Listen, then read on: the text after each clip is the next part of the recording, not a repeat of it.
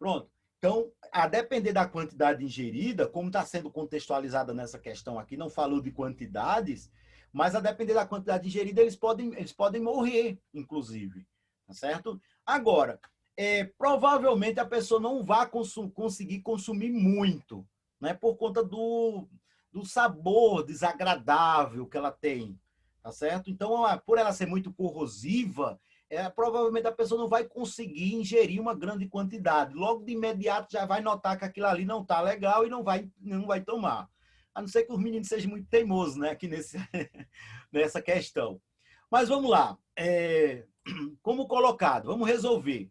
Sobre essa notícia foram feitas as seguintes informações.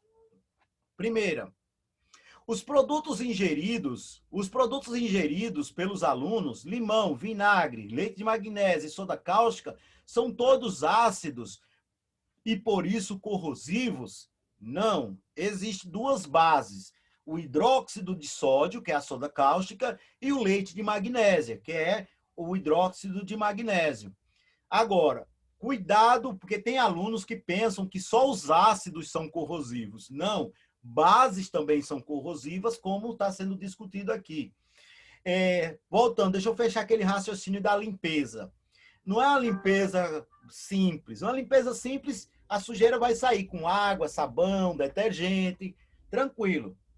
Quando, de repente, nós queremos corroer aquela sujeira, retirar por um processo de corrosão, aí vai se usar a soda cáustica, que é o hidróxido de sódio. E esse produto é comercializado, né, muito frequentemente aí em supermercados, em mercadinhos, tem várias marcas desse produto. E o uso dele é nesse sentido, usar para corroer alguma sujeira ali, de uma cerâmica, de um azulejo, para desentupir pias, desentupir encanamentos, justamente por conta desse poder corrosivo enorme que ela possui, tá certo? Então é nesse sentido aí. Se alguém aqui, né, já tiver utilizado essa substância, já deve ter notado o seguinte, que quando dissolve aquelas pedrinhas do hidróxido, ela vem umas pedrinhas para botar na água e dissolver. Quando dissolve ali, aquela água cai alguns pinguinhos na tua pele, você já começa a sentir uma coceira. Aquela coceira já é indicativo de que está ocorrendo uma corrosão. Ou seja, passou pela epiderme, que é a camada externa da pele, não é? Ali não tem terminações nervosas, não tem vasos sanguíneos. Passou por ali, corroeu ali, você nem sentiu, porque não tinha como sentir. Mas na camada inferior, na derme, aí tem vasos sanguíneos, tem terminações nervosas, e aí então essa substância atuando, conseguiu atingir a derme, aí você vai começar a sentir na forma de coceira, indicando que aquilo ali está corroendo e chegou em terminações nervosas da tua pele, não é? Aí a pessoa vai usar essa substância com cuidado, né? Porque isso aí, essa coceira, só no caso de algumas gotinhas, quando você jogou lá a água, aí respingou alguma coisinha ali no teu pé, na tua perna, na tua mão, não é? Uma quantidade maior vai causar um estrago maior, como a Amanda perguntou, pode levar sim a corroer tecidos, atingindo vasos sanguíneos e com isso levar mesmo a sangramentos. O 1 está errado, né? Porque não é só ácidos, tem duas bases. O item 2, tanto o leite de magnésia quanto a soda cáustica são compostos alcalinos. Alcalino é sinônimo de básico, então tá certo. O 3, a soda cáustica é uma base forte, correto. O leite de magnésia, suspensão de hidróxido de magnésio, é uma base fraca. Correto, é uma base fraca. Por isso que nós ingerimos. Podemos ingerir o hidróxido de magnésio. Não é? Isso ajuda a entender porque o leite de magnésia pode ser ingerido, mas a soda cáustica não. Então, o 3 está correto, letra D. Tá certo, pessoal? Continuando outras resoluções aqui. Aí tem lá, escreva a fórmula química, classifique como monobase, dibase e tribase, solúvel, insolúvel e pouco solúvel e força das seguintes bases. Nossa, que tanta coisa. Vamos comentar aqui o que der, né? Hidróxido de sódio, NaOH. A gente viu isso já agora há pouco, falamos muito. Então, aqui, NaOH. Pronto, a fórmula lá do composto da letra A. Foi pedido para classificar como uma monobase de base tribase. Isso é em relação à quantidade de hidroxilas. Então, ela é uma monobase. É solúvel? Sim, eu até falei agora há pouco. Vem as pedrinhas, você coloca na água, dissolve muito bem, né? E em relação à força, é forte, né? A questão da solubilidade dela é altíssima, libera muitas hidroxilas, que é o que vai caracterizar o efeito de base ali. Hidróxido de magnésio, falamos agora há pouco. Fórmula MgOH2. Pessoal, o parênteses é importante aqui, porque o índice indica que eu tenho duas hidroxilas. Se eu colocasse só o 2 aqui, ó, sem o parênteses, eu estaria dizendo que tem um oxigênio e 2 hidrogênios. A leitura seria diferente. Estaria errado. E por que a necessidade de duas hidroxilas? Porque o magnésio, ele é um metal alcalino terroso. Ele é da segunda família da tabela periódica. Ele possui 2 elétrons na última camada, tá certo? Na camada de valência. E dessa maneira, ele perde. Quem tem 1, 2 ou 3, quer perder. Transforma-se em quê? Transforma-se em um cátion. No caso, magnésio tem 2 elétrons, vai se transformar no cátion bivalente, que é o cátion Mg2+. Para neutralizar esse cátion, essa carga, a bivalência, né, desse cátion, eu terei que usar 2 cargas negativas. Cada hidroxila, ela é um negativo, né? A hidroxila não é assim? Então, eu terei que usar o quê? Eu terei que usar 2 hidroxilas, por isso o parênteses lá, tá certo? Explicando aí em detalhes, né, para o pessoal. Em termos de... Alguém mandou uma mensagem. O que caracteriza ser solúvel ou não? Boa pergunta. Veja, vai caracterizar o elemento que está formando essa base, tá certo? O elemento que está formando. De maneira geral, o que é que nós temos? Os elementos dos metais alcalinos. Estou respondendo a pergunta, né? Aqui foi perguntado o seguinte, ó. Eu vou ler aqui a pergunta. O que caracteriza ser solúvel ou não? Ou ser pouco solúvel, não é? Vamos lá. Se eu formo uma base com um metal alcalino, os elementos da família 1 da tabela periódica, principalmente sódio, né? Começando, lítio, sódio, potássio, né? Esses elementos da família 1. Aí eu formo uma coisa muito solúvel, bastante solúvel, tá certo? Já na família 2, os metais alcalinos terrosos, eles vão formar algo de pouca solubilidade, não é? Pouco solúvel, tá certo? E os demais metais são praticamente insolúveis em água. Então, respondendo à sua pergunta, o que é que vai tornar solúvel ou não?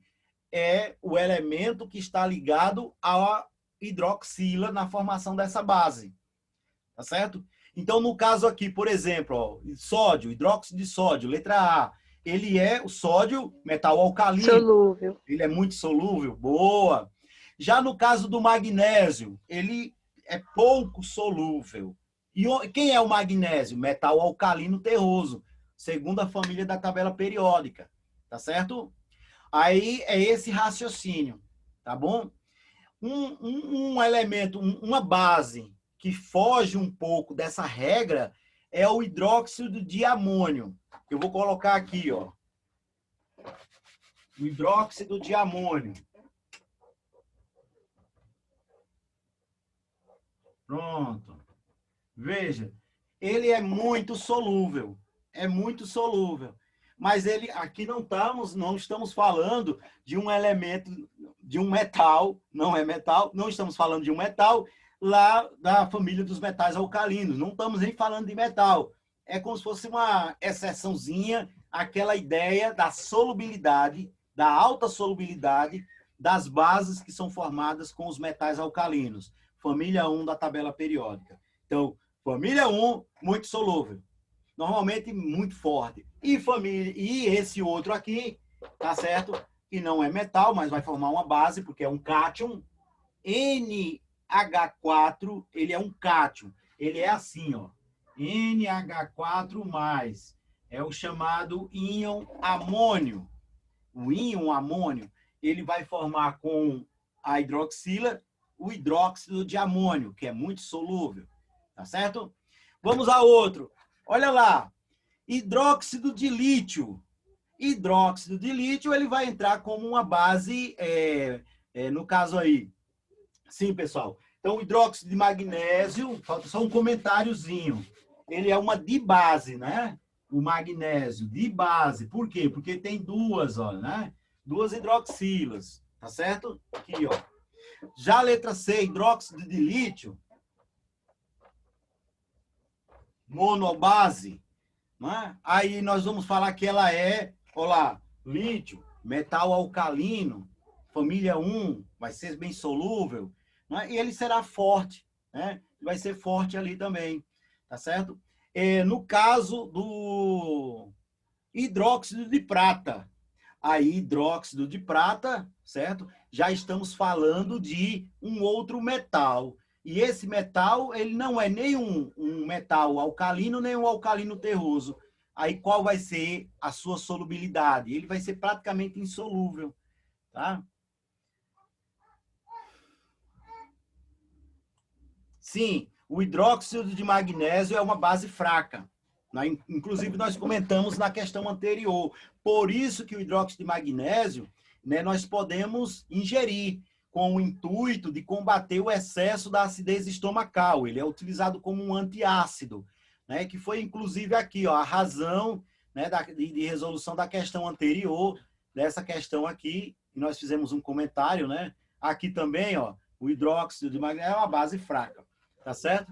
Então, esses compostos que vão entrar na nossa alimentação, não vamos ingerir, ou como medicamentos, eles são fracos.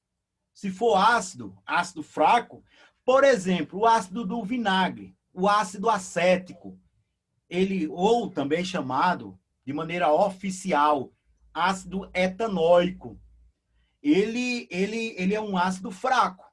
Onde é que ele está aqui, ó? Está aqui nessa letra, ó, aqui, ó. Olha o vinagre aqui, ó. O ácido do vinagre. Deixa eu adiantar aqui para vocês, ó. Né? Ele é um ácido fraco. Então, eu tenho lá carbono com 3 hidrogênios. Olha lá, 1, 2... Está no vídeo de ontem. Aqui. Pronto, é assim que se projetou ele, ó. Tá vendo, ó? É esse composto... Esse composto que está aí na letra D. E que foi mencionado, né? Cadê? E que eu estou mencionando, desculpa. E que eu estou mencionando nessa minha explicação sobre ácidos e bases para o nosso consumo, como alimento ou como medicamentos, eles têm que ser fracos, porque senão vai causar um efeito danoso, corrosivo, né? Lá no nosso estômago. Né? Existe um perigo muito grande de ácidos, por exemplo, ácidos fortes, né? O ácido sulfúrico, por exemplo, o ácido sulfúrico, ele é muito forte. Então, de repente, se acidentes envolvendo ácido sulfúrico pode levar o indivíduo à morte. Inclusive, alguns crimes, né, são cometidos utilizando o ácido sulfúrico. Em nosso país, crimes, jogar na pessoa. Esse ano mesmo, uma mulher em Recife, ela faleceu por conta disso.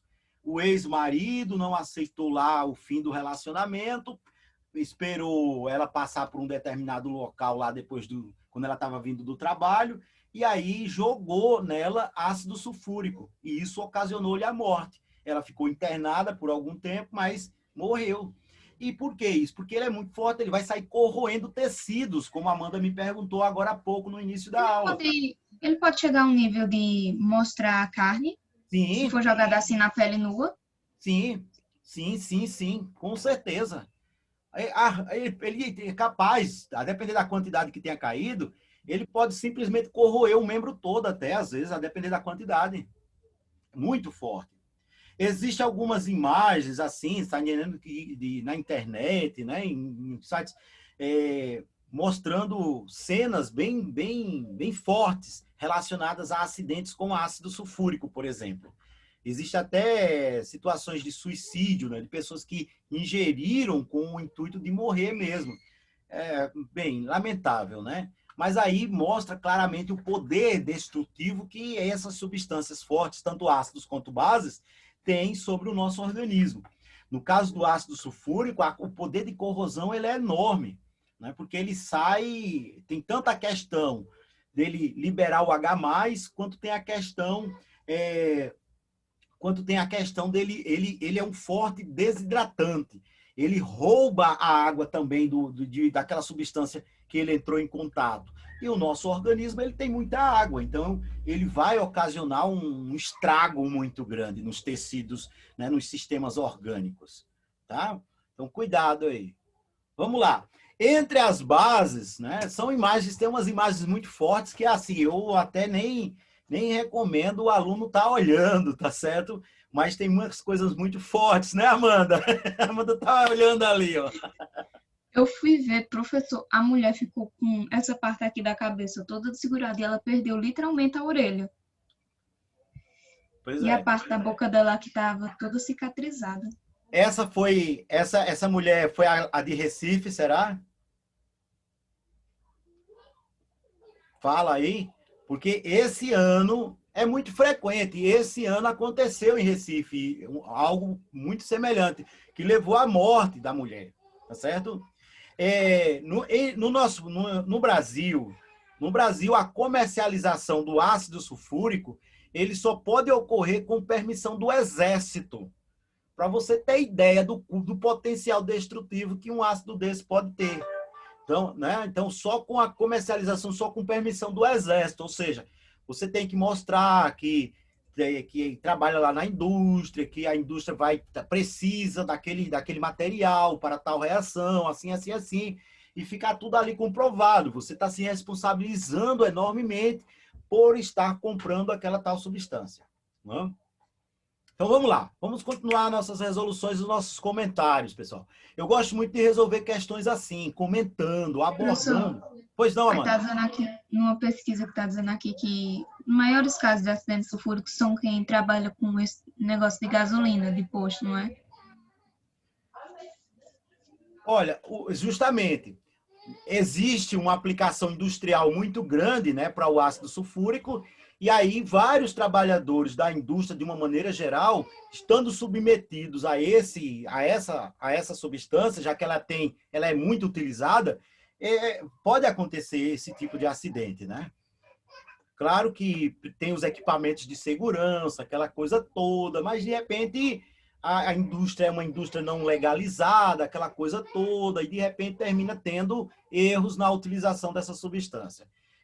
Isso é só um exemplo. O ácido sulfúrico é só um exemplo. Existem inúmeras outras com as quais precisa se ter um cuidado muito grande. Né? Dentro de casa, por exemplo, aí na sua casa, né? Tem materiais aí que são coloridos, desinfetantes, né? Por exemplo, que são coloridos, que estão numa garrafa bonita. Uma criança pode pensar que aquilo ali é um suco, é um refrigerante, e que ingerir. E a depender da quantidade ingerida, isso pode até ocasionar a morte da criança. Né? Então, imagina na indústria, onde se trabalha com essas coisas em grande quantidade. Né? Aí que a probabilidade de acidentes é grande. Mas vamos lá. Pessoal, entre as bases a seguir, indique quais são praticamente insolúveis em água. Aí, respondendo ainda a pergunta que a Graziella, eu acho que foi Graziella que me fez agora há pouco. Né? O que vai deixar ela solúvel ou não? o elemento que está ligado com a hidroxila, formando essa tal base. Então, observe aqui, ó, por exemplo, a base 1, hidróxido de potássio, vai formar uma base praticamente insolúvel? Não, potássio é da família 1 da tabela periódica. Ela é muito solúvel, né? Está pedindo as praticamente insolúveis, aí você já tirou ela. Aqui, ó, hidróxido de magnésio. Hidróxido de magnésio, a gente falou que ele é o quê? Pouco solúvel. É um pouco que é praticamente, olha o termo, entra aqui meio que subjetivo, né? Até, né? Praticamente insolúvel. Então, nessa ideia de praticamente insolúvel, eu tenho que ter o cuidado de não à prova, no Enem, no vestibular, numa situação como essa, eu não marcar uma que é conhecida como solúvel. Ah, uma que é muito solúvel, dizer que é praticamente insolúvel. Vai estar errado. E isso vai me orientar na resposta, porque a coisa está meio que subjetiva. Praticamente insolúvel. Tiro tudo que for de metais alcalinos. Né? Então, aqui, ó, né? Esse item 6, eu tiro. Né? O item 3, eu tiro. O item 1, eu te retirei. Por que eu retirei o 1, o 3 e o 6? Alguém me diz por que é que eu tirei essas três bases?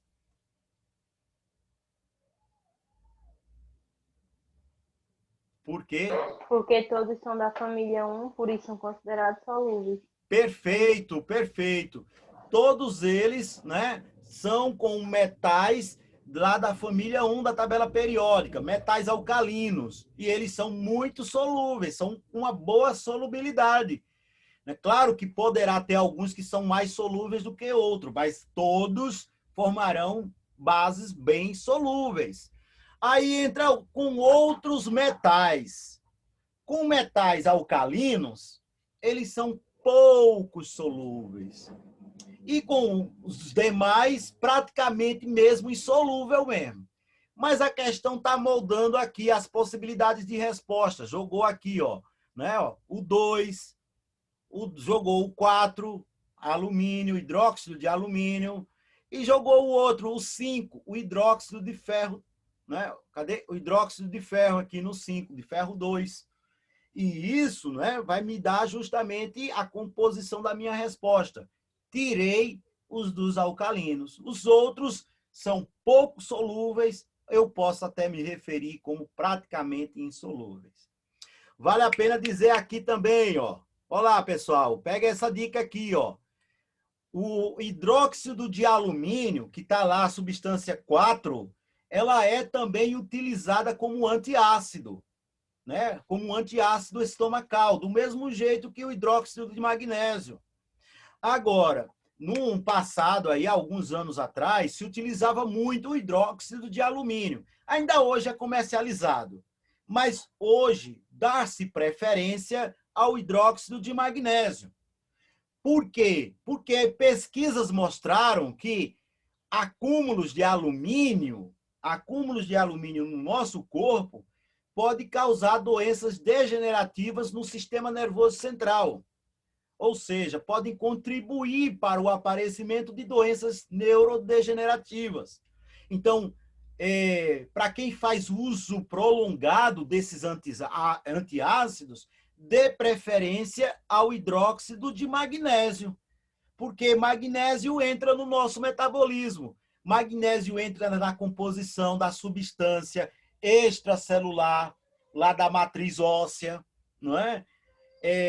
Magnésio entra na ligação entre as subunidades dos ribossomos. Lembra a história lá de ribossomos, né? Na produção de proteínas, né? Os ribossomos formados por RNA ribossômico, aquela história toda. Pois bem, o ribossomo ele tem duas partes. Precisa de uma ligação entre a subunidade maior e a subunidade menor. Quem faz essa ligação? Átomos de magnésio. Então, o magnésio, ingerido na forma de hidróxido de magnésio, ele termina por participar de processos metabólicos no nosso corpo. Já o alumínio, não. O alumínio, metal, e esse metal ele fica acumulado, ele não é metabolizado. Nós não temos rotas metabólicas para envolver o alumínio no nosso metabolismo. A tendência é ele ficar armazenado no nosso corpo. E ele armazenado no sistema nervoso central, né, encéfalo, medula espinhal, aquela coisa toda, ele termina por colaborar com doenças neurodegenerativas. Então, evita o alumínio, ok? Do hidróxido de alumínio.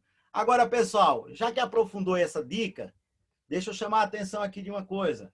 A quantidade de alumínio que nós ingerimos ao longo da nossa vida, ó, é enorme. Por quê? Por que é enorme?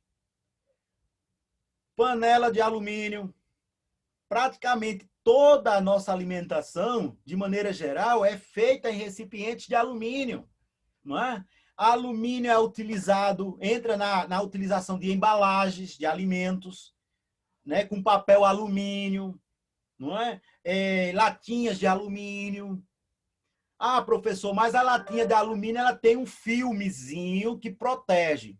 Verdade. Mas não tem garantia que aquele filme esteja protegendo totalmente. Quem garante para você que no interior da latinha lá de alumínio, lá do refrigerante, todo o interior dela tenha um filmezinho, um plástico ali, né? Na verdade, é como se fosse um vernizinho, né? Por dentro da latinha de alumínio, né? Aí quem garante que não tenha falhas, não é? E aí, então, nós terminamos, né, ao longo de nossa vida, consumindo uma grande quantidade de alumínio, mesmo por conta dessas preparações aí, tá certo? Deixa eu ver, mandaram perguntas. Ah, é o nome. Pessoal, 2 minutos, coloquem o nome no chat para a referência de chamada, referência de frequência, tá certo? E vamos lá, né? Respondeu aqui, tranquilo. Vamos fazer comentários aqui, ó. Com relação às bases relacionadas abaixo, assinale o que for correto. Aí tem lá algumas bases, né? Quer dizer, 4 bases. Aí diz, 1 é uma base de metal alcalino considerada forte. Correto. Olha como fica se repetindo, né? O 2. Cadê o item 2? 3 e 4 são bases consideradas insolúveis. 3 e 4.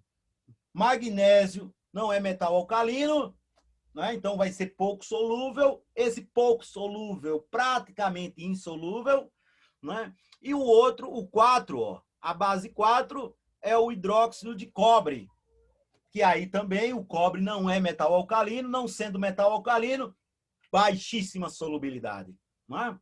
E aí você tem, são consideradas insolúveis em água, correto? E 1 e 2 são denominadas monobases.